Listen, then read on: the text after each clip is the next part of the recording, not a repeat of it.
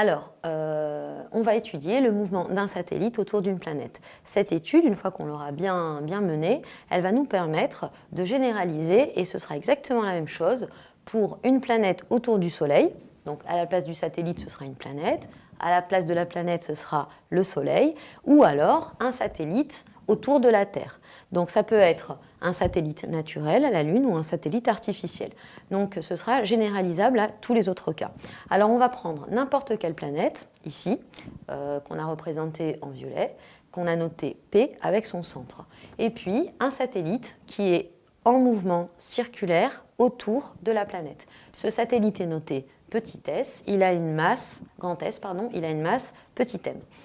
Alors, avant de commencer l'étude, il faut qu'on fixe un peu les vecteurs, puisque on va étudier des forces. Les forces sont représentées par des vecteurs.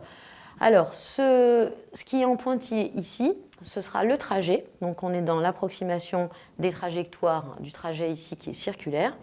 Et donc, la force, donc on a le trajet qui est ici en pointillé. Sur ce trajet-là, on va insérer deux vecteurs. Alors, dans la plupart des énoncés, ils sont déjà notés. Là, on les note pour pouvoir faire notre étude. Donc ici, un vecteur qu'on a noté grand T en bleu, qui s'appelle le vecteur tangentiel à la trajectoire. Donc c'est un vecteur qui, à chaque point, rase la trajectoire. On appelle ça la tangente. Donc c'est pour ça qu'on le note grand T, c'est le vecteur tangentiel. Ici, l'autre vecteur en bleu également, qui est noté grand N, vecteur, et ce vecteur-là, on l'appelle le vecteur normal à la trajectoire. Ça veut dire qu'en chaque point, il est perpendiculaire à la trajectoire. Donc ça nous permet en fait d'avoir une base, un repère, ça s'appelle aussi le repère de Fresnel dans notre étude, et donc ça nous permet, centré sur le satellite, d'avoir un repère, donc le T et N. Ensuite, la planète, le satellite, est soumis à une action. Donc là, cette action, ça va être une force. On sait que c'est la force qu'on appelle la force d'interaction gravitationnelle. Alors c'est une force qui est établie entre la planète et le satellite. Alors là, on sait que si un objet subit une action par un autre objet, eh bien le deuxième objet subit la même action.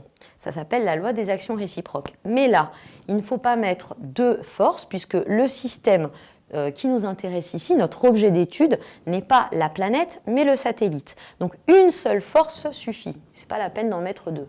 Donc là, notre système, comme tous les exercices de ce type, on commence par énoncer notre système. Le système, c'est l'objet d'étude, celui qui nous intéresse ici. Et donc, il faut vraiment le définir dès le départ. Et du coup, ça compense toutes les autres forces qui peuvent agir. Ça va être le satellite. Le satellite. Ensuite, il nous faut un référentiel d'étude muni d'une base de temps et d'une base d'un repère. Donc, notre référentiel, on rappelle la définition d'un référentiel, c'est un objet qui est muni d'une horloge, donc là ça va être le temps, puisqu'on va travailler par rapport au temps, et un repère. Donc là, notre repère, c'est les deux vecteurs tangentiels et le vecteur normal à la trajectoire.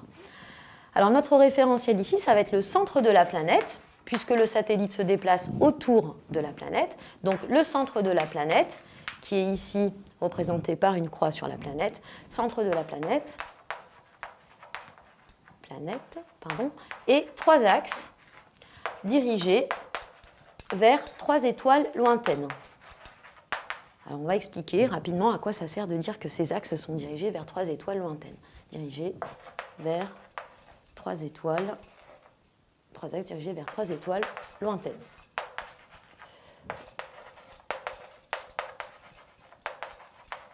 Alors le fait d'avoir trois axes ici, sur la planète, qui sont dirigés vers trois étoiles lointaines. Ça permet d'avoir un référentiel fixe. Trois étoiles lointaines, on suppose que ces étoiles ne se déplacent pas ou se déplacent très, très lentement par rapport à la durée de notre observation, de notre étude.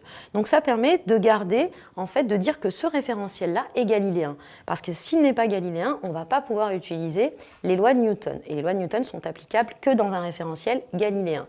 Donc on suppose que ce référentiel-là, comme on l'a défini, est galiléen. Donc référentiel galiléen, on le renote ici, galiléen, supposé galiléen, d'accord, où on peut appliquer les trois lois de Newton. Alors ensuite, on a notre système, on a notre référentiel, on va faire un bilan des forces qui agissent sur le satellite. Bilan des forces. Alors, le bilan des forces, ici, la force qui agit sur le satellite, c'est la force de la planète, c'est une force gravitationnelle, d'attraction, sinon le satellite ne resterait pas à proximité de la planète. Donc c'est une force d'interaction, on a bien vu que là c'était le satellite qui nous intéressait, donc on dit que c'est une force d'attraction gravitationnelle. Cette force-là, on va la noter grand F, et pour dire qu'elle est gravitationnelle, pour s'en rappeler, on va noter 1G, comme ça en indice à côté du vecteur F.